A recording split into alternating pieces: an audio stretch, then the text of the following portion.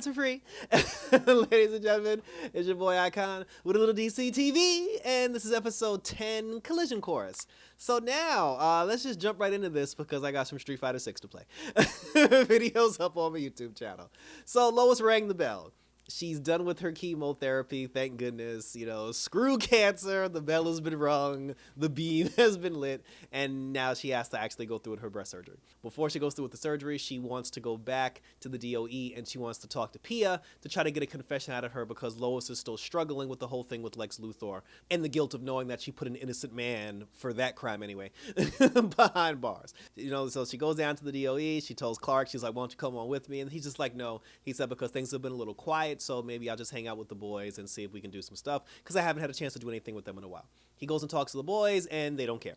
They're playing video games, but because there were no plans, they were just like, look, you know, if you come up with something, like, let us know and maybe we'll do it. Clark runs away looking for, you know, things to do with the boys, and then they get a text. Well, Jonathan gets a text from Sara saying that there's going to be a party and all the kids are going to come. Candace ends up going to the party, so now Jonathan definitely wants to go, and then that's when Clark comes back and says that he got tickets for Wrestle Slam 40 or something that's in Metropolis. Basically, he got tickets for WrestleMania, and, you know, I don't know how he got tickets for WrestleMania like that quickly, but then he was just trying to bring the boys, and they were just like, nah, well, something came up, and here's the part of the story where Jonathan actually started becoming a dick, because I understand the whole thing where you haven't seen your girlfriend in a while, you haven't seen Candace in a while. Obviously, you're not that too thrilled about hanging out with your dad, but the thing about it is, you know, you weren't really doing anything else, but if you're a teenager, so you want to hang out with your friends, you want to hang out with your girl, I get that, but there could have been a nicer way to let your father down than the way they did it. Jonathan, throughout the entire episode, was being a total ass. Even when Jonathan was in the right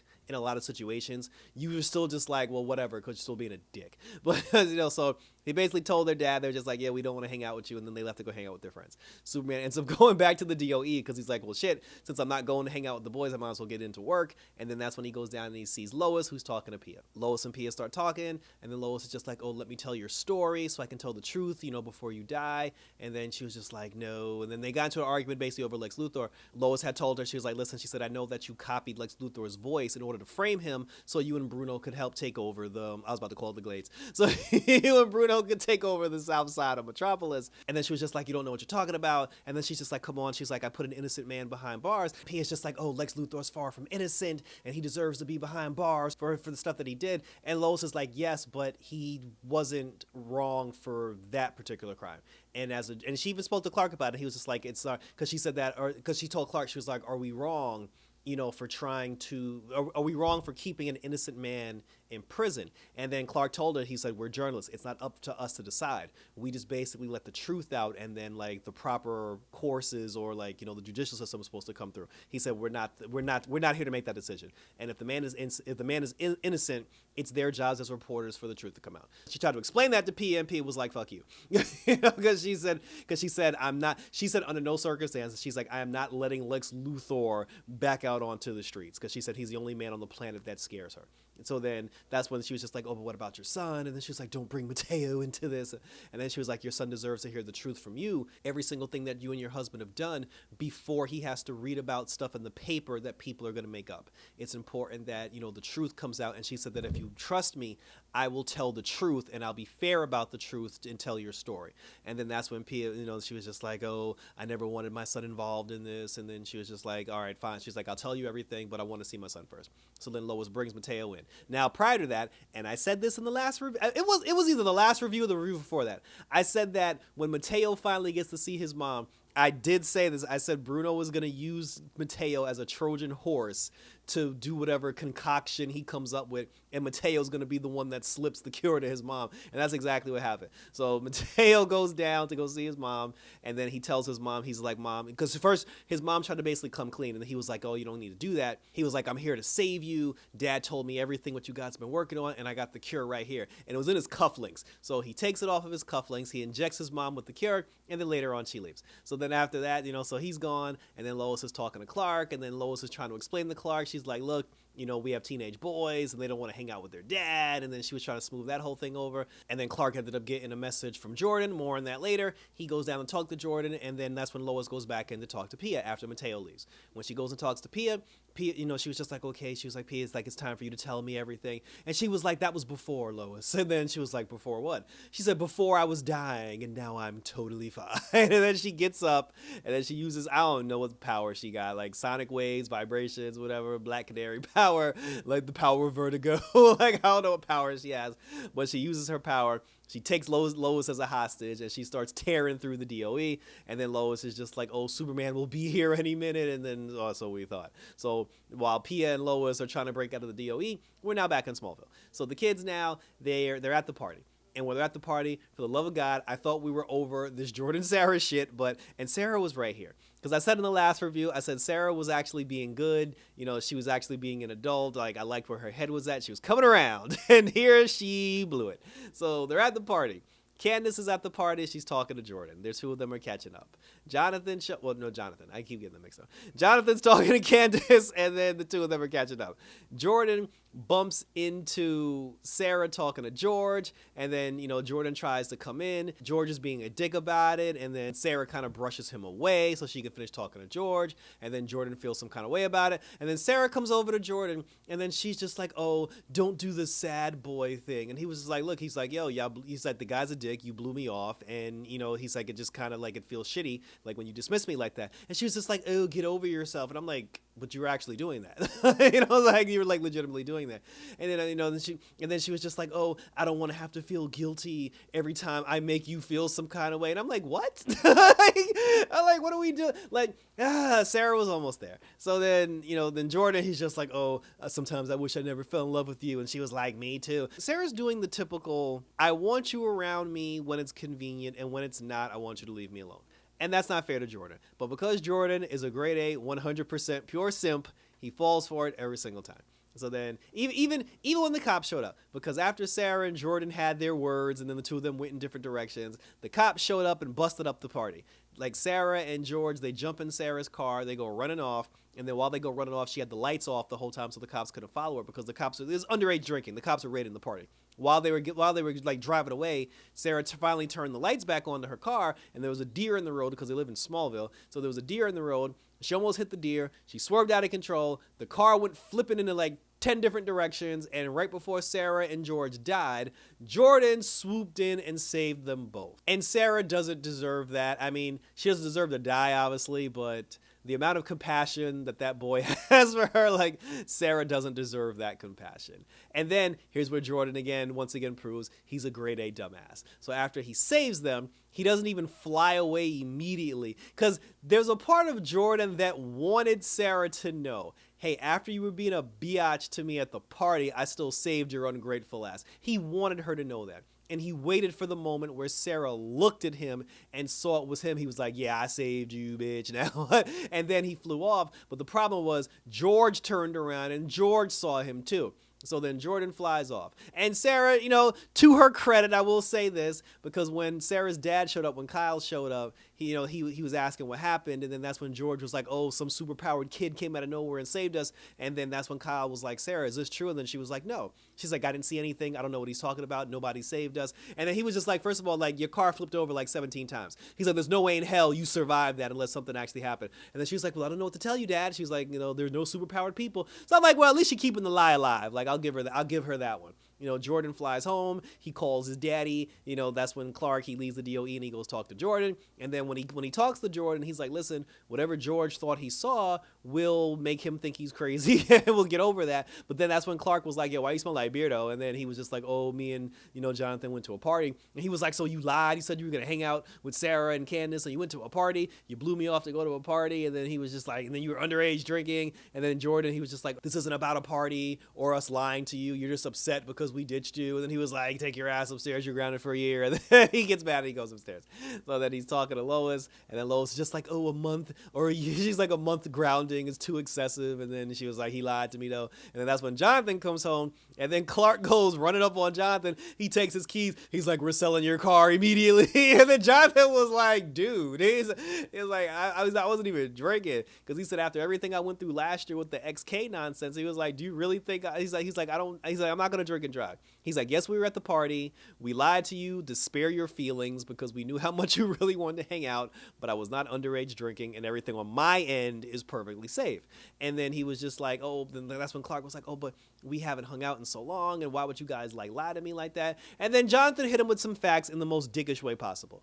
Because he said, like, Jonathan was just like, well, you don't get to decide, when we hang out just because you're free. Things don't work that way. And he was like, should I apologize for Jordan drinking when I wasn't drinking? And he's like, give me my keys. And I was just like, oh, God. But all he had to say was, he's like, look, Dad, you're Superman. You're the one that's constantly leaving us behind because you're saving the world and saving other people, which is totally fine. But because you're the one who doesn't have the time all the time because you're saving the world, that doesn't mean that we have to put our lives on hold and drop everything that we're doing when you finally have a moment where you want to spend time with us. He was, he could have been like, like, I love you and all, but I haven't seen Candace in over a month. So I'm going to choose that over you. Like, you got to understand that. Like, he could have let him down a little bit more gently instead of being an ass. Like, Jonathan is acting like he has beef with Clark prior for whatever reason. And then, Clark has to come to that realization. And then, that's when Jonathan goes upstairs. Now, Sarah's busted for underage drinking. The cops called Kyile and said that they're going to charge her with a DUI. Lana, she's had a visit all day from the governor. She was taking the governor around Smallville, showing her Smallville, and then that's when the mayor was just like, you got a good thing going here, Mayor Lang. And then she said, let me guess, you're a single mom. And then she was just like, yes, recently. And she's like, let me guess, the no good son of a bitch cheated on you with some young floozy. And then the camera cut to Chrissy, and I was just like, what? Like, okay. Chrissy was there covering the governor's visit, and they were talking shit about Kyile in front of Chrissy, so that had to have been awkward. Earlier in the episode, Kyile was trying to convince Chrissy that there's a story behind a superpowered person being in Smallville. But because Chrissy's up on the lie, she told Kyile that he was crazy and that she couldn't publish the story. So then he felt some kind of way. And then later on, Sara lied to him about the whole superpower thing, and then he felt some kind of way. Kyile, for whatever reason, knowing that Lana is meeting with the governor, I understand this is your child. This is her child. This is both your child. I understand this, but she's a teenager. Kyile is the father. He had it handled.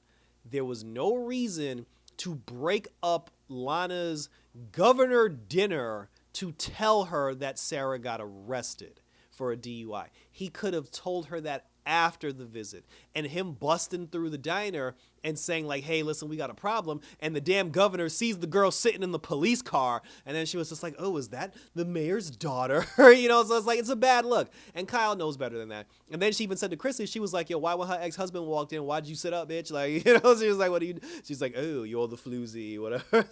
So this is awkward all the way around. And then, but then after that, then Kyile and Lana, they took Sara back to the house, read her the riot act. Kyile was like, you're lying to me about, you're not 100% true about what happened to you and why you were saved. And then Lana was like, what happened? And then Sara was like, well, Mom, Dad thinks a superpowered person saved me and George from the crash. And then that's when Lana, because I like how Lana tried to play it off. She was like, Superman? And then she was like, no, Mom, not Superman. And then she was like, oh my. And then she was like, Kyile, I don't know what to tell you. And then Kyile got mad and he was just like, oh, to hell with both of y'all. And he stormed out of the house. Now, here's my problem. Here's the problem. Chrissy did it. Sara did it. Lana did it. Everybody's brushing him off. And Kyile wants to believe that there's a superpowered person in Smallville, and nobody wants to believe him. I understand his frustration. However, when he finally put two and two together, he went to the Kent farm. And he was like, Kent, bring your ass out here. And he was just like, oh, your son Jonathan has superpowers. And I'm like, where'd you come to that conclusion? And then he said, ever since you and your family arrived here in Smallville, you've been bringing all sorts of weird shit with you. And Jonathan's been in the center of all of it. And I'm like, first of all, if you're Jordan, you should be totally offended that you weren't even considered a candidate. Two, I don't understand how Jonathan was at the center of everything that has happened in Smallville. It's not like in season 1 when it came to his brother. I forgot the man name now. When it came to like his brother, like Jonathan had nothing to do with that. So I don't know where he got that whole thing. I mean, if you talk about the XK, fine. But then he was just like, oh, your boy's got powers, can't you know damn well what I'm talking about? Bring your ass out here, John. And I'm just like, why are you this upset? Because even Chrissy earlier told him, she was just like, well, first of all, she's like, even if there is a superpowered person in Smallville, they've been doing nothing but help. So why would you want to out them in front of the entire world? And he was like, after everything this town's going through, he was just like, don't you think we deserve to know the truth? Okay. But why are you this angry about it? You know what I'm saying? Like, he was legitimately pissed to the point where, like, Kyile didn't come across as someone that was going to the Kent household to talk to them about the possibility of their son having superpowers. Kyile was reacting as though Jonathan Kent slapped his wife, bitch slapped his girlfriend, or mistreated his daughter. Kyile was coming at him like, Kyile was acting like he wanted to fight Jonathan. And I understand, and again, and I understand we're doing the storyline with the whole like, oh, everybody knows the secret but you, so now I feel stupid because I'm the only one that didn't know the secret. I get that because they did that on The Flash. Like season 1, everybody knew Barry was the Flash except Iris. Like, you know what I'm saying? Like, I completely get that. My problem is, and even Iris was justified because her and Barry lived together for like over 10 years. So when she found out Barry was the Flash, she legitimately felt betrayed that he lied to her about that whole thing for so long and told Cisco and Caitlin. Kyile has no reason to be this angry over the potential of Jonathan having powers. And then when he tried to run up on him in an aggressive manner, Clark looked at him like, dude, were you not at the diner when I had to whoop ass on Candace's daddy? And then Clark hit him with the poke and then like pushed him back, and he was like, Kyile, get the hell off my farm, something's going on, I'll tell you about it later, but he's like, take your ass home and we will talk tomorrow. And then he flew away in front of Kyle's face, and now Kyle's like, oh my god, like Clark Kent is Superman. And then that's when Jonathan and Jordan came out the house, and I'm like, why would y'all come out the house? Because now that Clark's gone, he can just talk to you directly. So, and then we left it there. We never saw Kyile again.